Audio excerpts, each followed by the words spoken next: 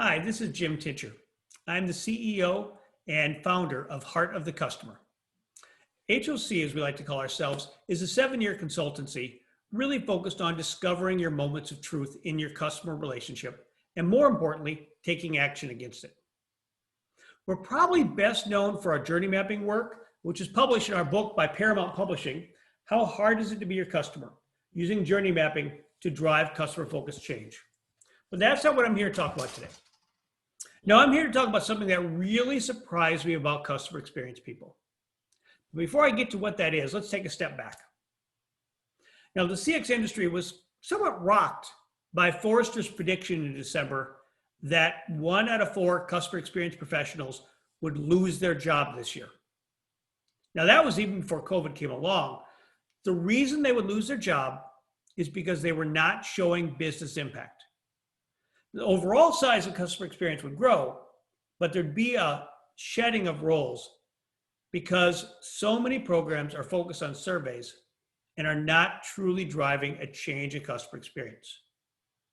If you're not actually causing your customers to spend more with you, stay with you longer, or refer others, or you're not making it cheaper to serve, then you're not really changing the customer experience, at least not in a way that matters.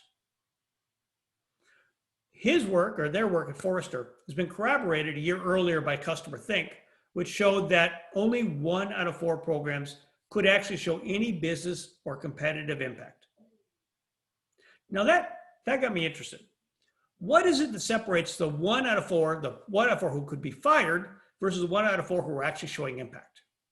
And being a customer experience geek, we decided the way to figure it out, my team and I, was to interview as many people as we can. We've done 87 interviews so far, mostly in customer experience, but also CEOs, presidents, CFOs, different roles to really understand, again, what separates the best from the rest. Now, there were 6 findings. I'm going to go to one sub-finding here because it really surprised me. You see, from what I can tell, most customer experience people don't actually ever talk to customers. Okay. Blew me away. We were out in an interview with the Grand AV, and they're a company who, through customer experience, has grown from 50 million to now about 800 million. And Lori Englert is the head of the program. She's the VP of Marketing and Customer Experience. And we spent a day interviewing a lot of the people in their program. And during a break, I turned to Diane, our analyst, and I said, Diane, something's different here. Now, I can't put my finger on it, but there's just something that's different about this program. And Diane's also conducting other interviews, and she said, well, it's simple. They just keep talking, every single one of them, they keep talking about how they've recently talked to customers. And that was it.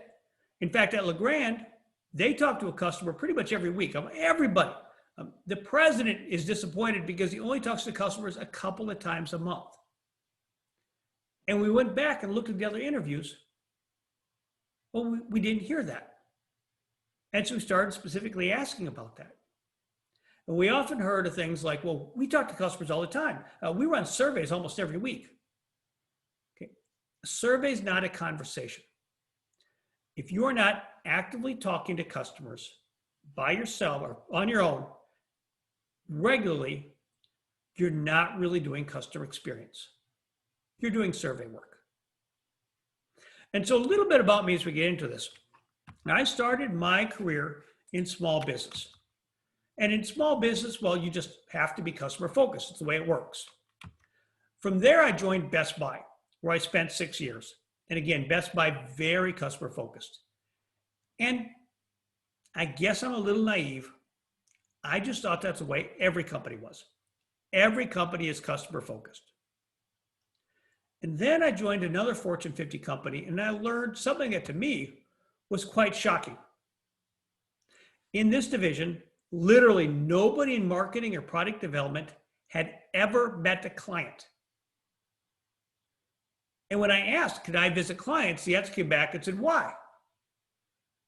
Well, I was a little bit challenged because if I have to explain why I want to talk to customers, it's going to be a long conversation. And as I got into it, what I learned is that because we didn't talk to customers, every one of our products was based on what we wanted to buy.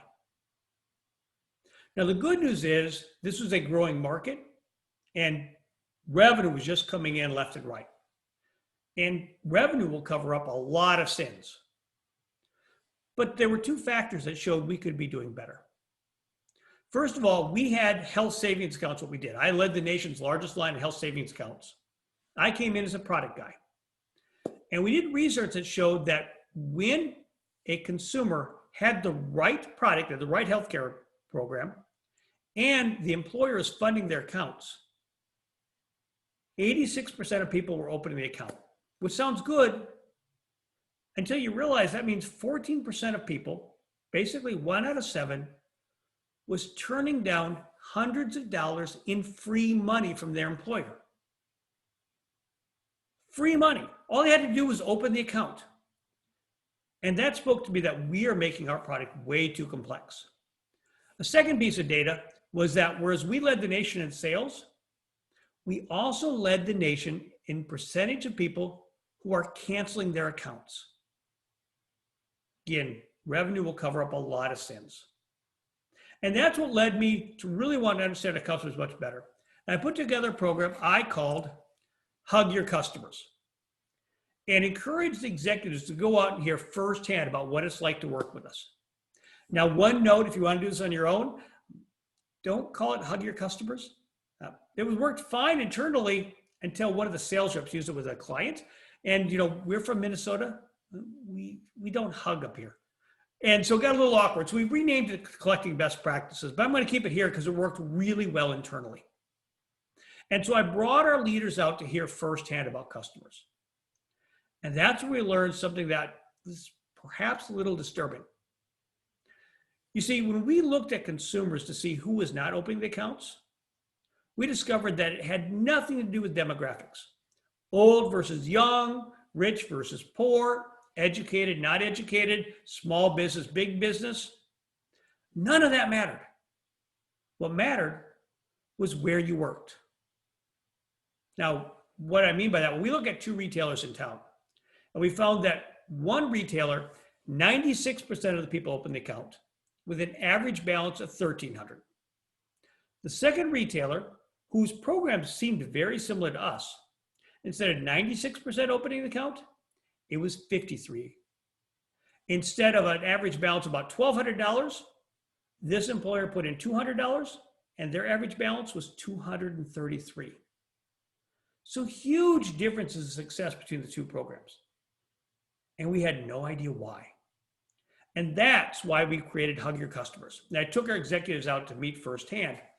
And what we learned, well, it was a humbling lesson. The most successful companies were the ones least likely to follow our advice, to use our materials, to teach the way we taught them. Now, the most successful programs threw away everything we did and made up their own. Now, it made sense once you started looking into it because since we never talked to customers, we thought consumers must think the way we do. In fact, I heard a lot of people say, I'm a customer. I don't need to talk to customers because I'm a customer. My answer was, yeah, the most oddball customer in the world, because our research shows people think about health savings accounts about 3 minutes a month, and we think about it 8 hours a day. And so we had to really ground ourselves at the heart of the customer, and that's what we did to get out there. And so that's really informed what we look at here is really we find that most programs want to put the customers on a pedestal. The challenge is how do you keep them there? And we look across, we see different approaches towards the voice of the customer. We see that some groups focus on quantitative research, banks, for example, well known for this, customer surveys and data and analytics. These are all fantastic, they're wonderful, but they show what customers are doing, but not why. Other programs focus on the other half. They love their qualitative research. They're big into stories. They do ethnographic interviews, and they have direct conversations. But their work isn't tied to behavior. And obviously you need both halves. But we find most customer experience people are really focusing on the quantitative side. and it's time to get better about storytelling. Leading programs that leverage insights from both halves so that the customers don't fall off. Now, I want to wrap up with one last story here about a client of ours, a software company. I'm going to call them XYZ Software because in our book, we had an ABC Software and it was a different company. So XYZ Software, very focused, great survey program, really good in the quantitative analysis, but was getting a lot of negative feedback about the post-sales experience. And so we put together a program, journey mapping. And in our journey mapping, what we do is we take executives out with us to hear firsthand what their customers are saying. In fact, our primary client, I'll call her Pam. Pam said, I'm going to go to every interview myself. I don't want to bother the executives. They've got a lot going on. I'll just go to the interviews. I said, Pam, it's a stupid idea. She and I have a good relationship. I can use that language. I don't normally. I said, if you do that, you're missing out on one of the biggest benefits of real journey mapping. That is that change that happens when the executives hear firsthand what it's really like to be your customer. And so she agreed. She didn't go to any of them. She sent her executives instead. And so we're out at one customer site in Houston. And Heidi was the customer, not her real name. Carolyn was with me. And you'll see why I'm not sharing the names here in a second. And so I'm talking to Heidi, and we're going through our discussion guide. And I noticed something. And so I asked Heidi, do you have a relationship with XYZ Software? She says, well, yes, we have a commercial relationship. We entered into contract. I said, no, I'm sorry, Heidi. I'm not asking the question well. Heidi, do you have a relationship with XYZ Software? And she paused and she said, well, no, actually. I used to. When I had my implementation rep, she had my back. In fact, we're now Facebook friends. I called her whenever there's a problem. She took care of it. I had such a good relationship. But now I don't. So Carolyn, with our client, opted at this point. And so I'm sorry, can you go back and tell me more about that relationship? And so the client continued and said, well, yeah,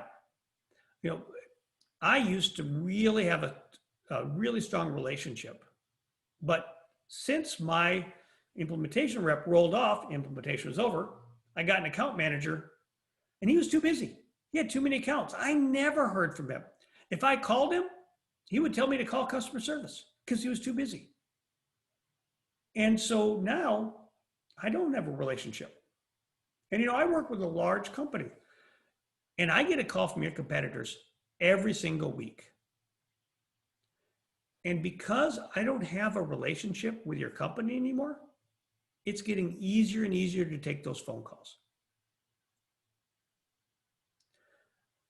By having Carolyn there with me, hearing that firsthand, she was able to recognize there's a real problem. And you can guess, we were not even to the parking garage when she had the phones lit up, calling in about how realizing, again, it brought the data to light, realizing that they had sacrificed in their effort to streamline and save costs. They cut back on account managers. And by hearing it firsthand, she's able to match it up with other data and recognize that we have a serious problem going on. And that's really the benefit of taking the time to talk to customers firsthand, is it allows you to take all that data, everything else you have, and use it to create a story. And Carolyn became a big storyteller after that, sharing not just what that interview taught her, but what they overall did. So if you are stuck and you're not able to really drive forward a customer experience program, I'm going to suggest it's time for you to take a step back and spend some time talking to customers. Just one out of 6 findings we have, but a really important one. If you aren't taking the time to talk to customers on a regular basis, you're not doing customer experience right. So let me leave you with one last example about one of my idols in customer focus. His name is A.G. Lafley.